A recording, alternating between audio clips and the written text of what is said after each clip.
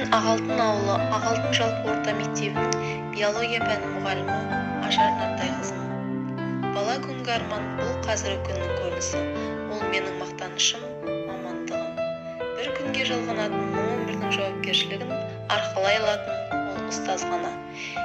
Мен өз мамандығыммен мақтанамын.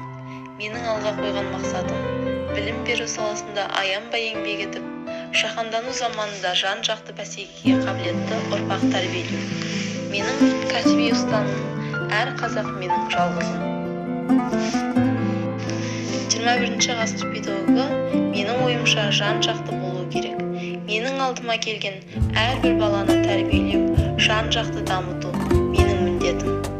Сондықтан балалардың білімді болуы үшін аянбай қызмет етемін. Сабақты толық меңгеріп, күнделікті өмірде пайдалану үшін әртүрлі қызықты әдіс-тәсілдерді пайдаланамын. Мен өзімнің білімім мен біліктілігімде сенемін.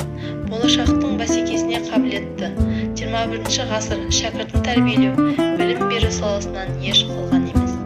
Әлемдік өркениет әр ұстаз 21 ғасыр педагогына сай болу үшін ізденімпаз, психолог, жан-жақты шебер, тынымсыз еңбекқор, кез келген ортаның ұйытқысы болуы керек.